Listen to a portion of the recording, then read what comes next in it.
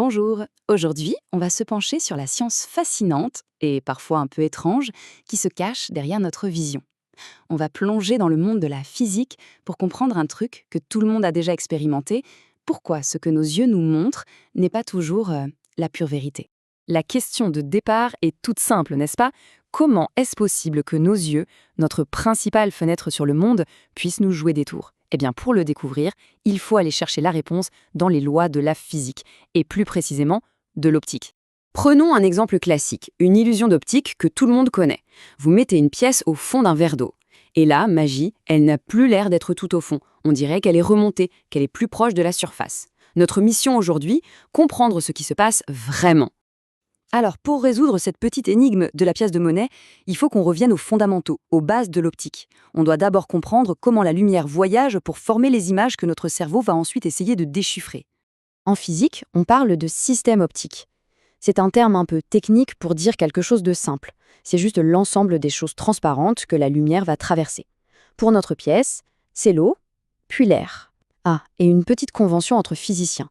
On imagine toujours que la lumière se propage de la gauche vers la droite. C'est plus simple. Le principe de base, il est assez simple. Chaque tout petit point d'un objet, qu'on va appeler A, envoie de la lumière dans toutes les directions. Quand ces rayons lumineux passent à travers notre système optique, disons une lentille ou le passage de l'eau à l'air, ils sont déviés et vont se regrouper en un nouveau point qu'on appelle A'. Ce point A', c'est l'image de A. Et ce petit couple, le point de départ A et son point d'arrivée A', porte un nom bien précis en physique. Ce sont des points conjugués. Ils sont liés, indissociables. L'un est l'image de l'autre. Bon, maintenant qu'on a posé les bases, essayons d'imaginer un système optique parfait, un monde idéal. À quoi ressemblerait une image dans ce cas-là? C'est un concept super important, parce que c'est en comprenant cet idéal qu'on va voir pourquoi la réalité, elle, est toujours un peu imparfaite. Cet idéal, ça s'appelle le stigmatisme rigoureux. L'idée, c'est que tous les rayons qui partent du point A, absolument tous sans exception, se croisent parfaitement en un seul et unique point image A'. Le résultat, c'est une netteté absolue, une image parfaite. Mais voilà, dans la vraie vie, cette perfection est extrêmement rare. Un des seuls objets du quotidien qui s'en approche vraiment, c'est un simple miroir plan. L'image qui nous renvoie est un excellent exemple de ce stigmatisme rigoureux. C'est pour ça qu'elle est si nette. Ok, revenons à la réalité. Un monde où les choses sont souvent un peu moins précises. La plupart des systèmes optiques, y compris nos yeux ou notre fameux verre d'eau, ne sont pas parfaits. Ils ne font que s'approcher de cet idéal, sans jamais vraiment l'atteindre. Et ça porte aussi un nom, le stigmatisme approché. Ici, au lieu de converger en un point mathématiquement parfait, les rayons lumineux se regroupent dans une toute petite zone. Ils forment une sorte de tache lumineuse. C'est pour cette raison que la plupart des images qu'on observe sont en fait toujours un tout petit peu floues. Concrètement, voilà ce qui arrive.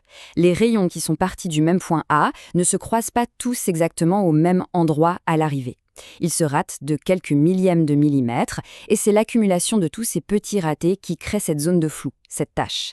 C'est ce qui se passe en permanence, même avec notre propre vision. Allez, il nous manque une dernière pièce au puzzle, et elle est absolument cruciale pour comprendre le mystère de notre pièce de monnaie. Il faut savoir que les images peuvent être de deux natures très différentes.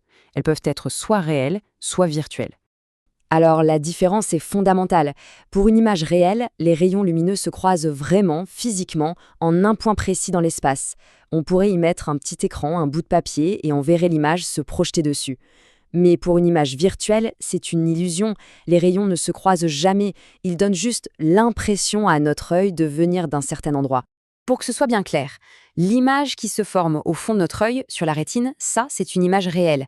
La lumière y arrive physiquement. Par contre, quand on regarde un objet à travers une loupe, l'image agrandie qu'on voit est virtuelle. L'objet n'est pas vraiment à l'endroit où notre cerveau le perçoit.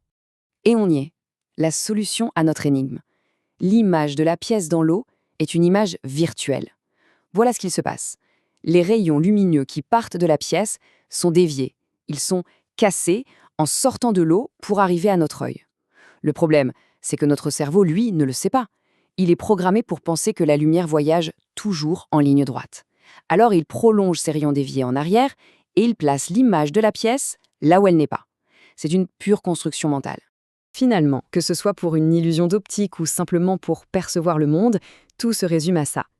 D'un côté, la trajectoire de la lumière, qui est parfois tordue, et de l'autre, l'interprétation, parfois un peu créative, qu'en fait notre cerveau. Donc, si on doit retenir l'essentiel, ce serait ça. Voir, c'est une histoire de lumière qu'on dévie pour former une image. Cette image est rarement parfaite, elle est quasiment toujours un peu floue, et surtout, il faut se souvenir qu'il y a des images réelles, où les rayons se croisent pour de vrai, et des images virtuelles, comme celle de notre pièce, qui sont de pures illusions créées par l'interprétation de notre cerveau. Et tout ça, ça nous amène à une dernière question, un peu plus philosophique. Si nos yeux, et donc notre cerveau, ne perçoivent jamais les objets directement, mais seulement des images de ces objets, qu'elles soient réelles ou virtuelles, alors qu'est-ce que c'est la réalité? C'est une question sur laquelle on peut laisser notre esprit vagabonder un peu.